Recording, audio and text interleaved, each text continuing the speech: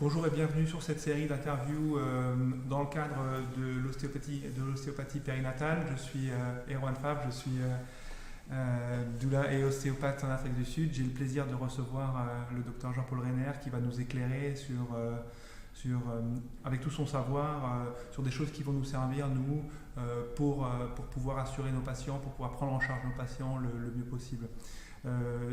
Docteur, on parlait de cet état gravide, on parlait de votre intérêt de l'obstétrique à essayer de comprendre un petit peu ces temps de l'état gravide. Je vous propose de me parler un petit peu de quand, pour vous, quand est-ce que la naissance commence ou quand est-ce qu'on commence à accoucher? Voilà, on commence à accoucher quand on devient enceinte. C'est-à-dire qu'en fait, il n'y a strictement aucune discontinuité. On a toujours l'art de vouloir en médecine saucissonner. C'est-à-dire qu'il faut que chacun se retrouve dans une phase, on sait à ce moment-là on est dans cette phase, etc. On ne peut pas définir à proprement dit le début de l'accouchement. Dans la mesure où lorsque l'on arrive dans la période qui est autour du terme, c'est-à-dire 15 jours avant, 15 jours après, finalement, il y a des opportunités de démarrer un accouchement. Mais sur quelque chose qui est extrêmement banal, les contractions de fin de grossesse. C'est-à-dire qu'en fait, cette capacité va réellement évoluer à partir du moment où, véritablement, l'accouchement se sera mis en route. Mais pouvoir dire à quel moment il a commencé, c'est strictement impossible.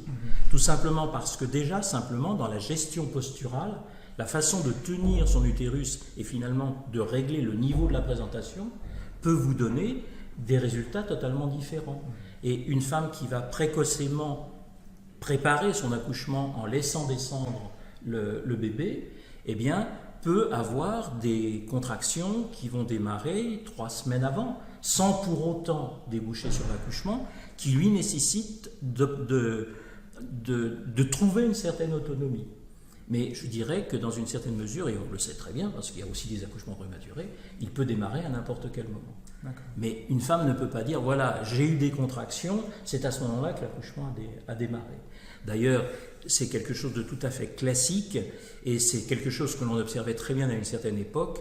Il y avait souvent des facteurs qui favorisaient le déclenchement de l'accouchement, et qui étaient rythmés par la vie sociale.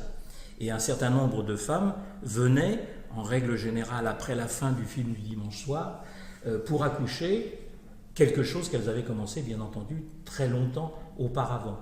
Mais il y avait dans cette histoire un élément qui ensuite déclenchait réellement le travail. Mais on ne peut, et d'ailleurs on le sait sur le plan médicamenteux, on ne sait pas déclencher un accouchement.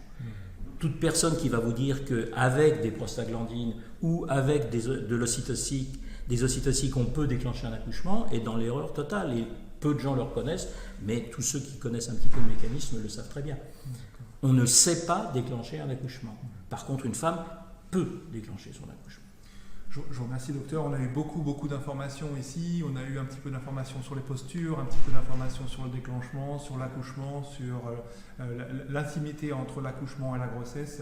On va pouvoir développer ça dans des futures interviews avec le docteur Jean-Paul Reiner. Vous retrouvez toutes ces informations sur le site du CFPCO. Je vous remercie beaucoup.